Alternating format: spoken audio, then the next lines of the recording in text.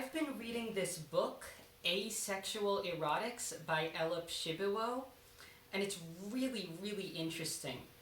The first chapter is called The Erotics of Feminist Revolution, and it's about historical movements and figures that have kind of rejected sex as a political strategy.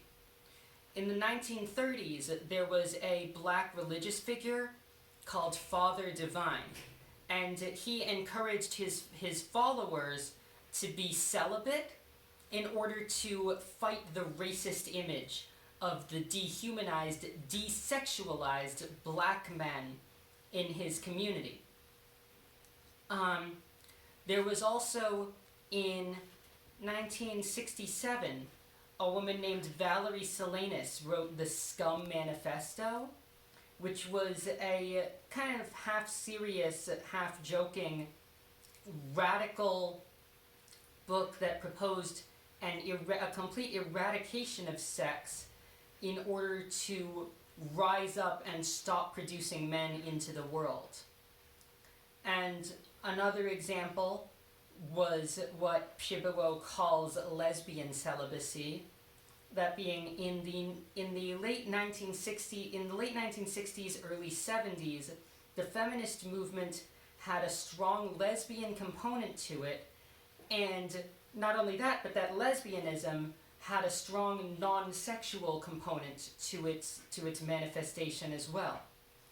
To quote from the book, crucially, lesbianism was identified as a political orientation. That is to say, there was a message to the movement here that was, come be a lesbian. It's a good choice for you to make. It's a good way to make political progress by fighting back against the system of sex. We also fight back against the system that gives men power over women. So these different political movements over time have used rejection of sex as political strategy.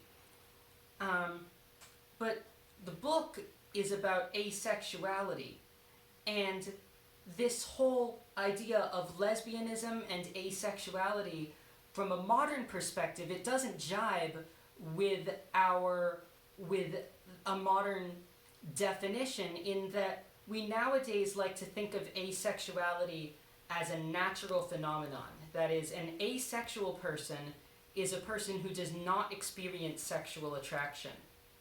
There's a reason that that's the commonly recognized and cited definition. It's very empowering in the sense that it aligns asexual with sexual orientations like heterosexual and legitimizes it in that sense. But I also find that it opens the door to debates about whether you can be born asexual.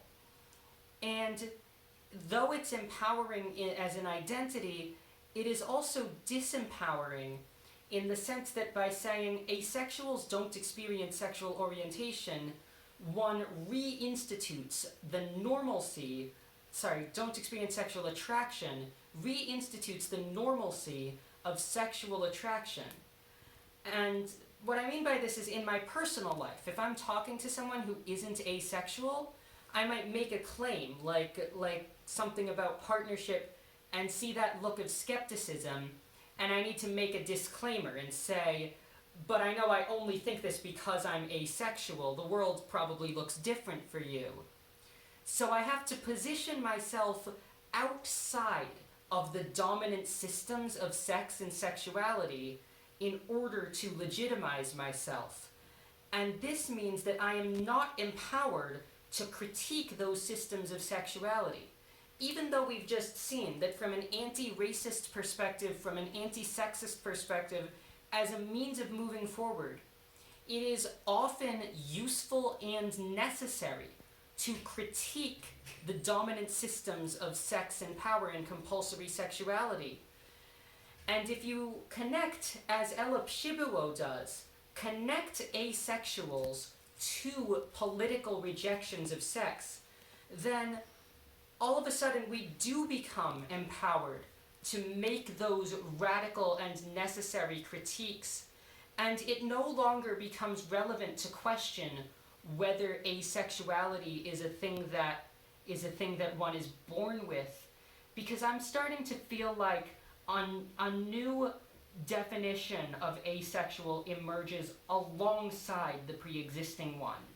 Something like an asexual is a person who rejects compulsory sexuality. And I find that this also makes a lot of sense in my personal life, because there are so many types of asexuals. When I meet other asexuals and I talk to them, what I share with them isn't really a common experience or natural, crucial identity phenomenon. Rather, what we share is the knowledge and understanding that dominant forms and modes of sexuality don't apply to us. What we really share is a political response to society. And so it starts to seem really appropriate to me that we recognize that and connect ourselves back to our historical roots in such movements. Not to say that I completely reject the dominant definition of asexuality. As I mentioned, it is very important and empowering.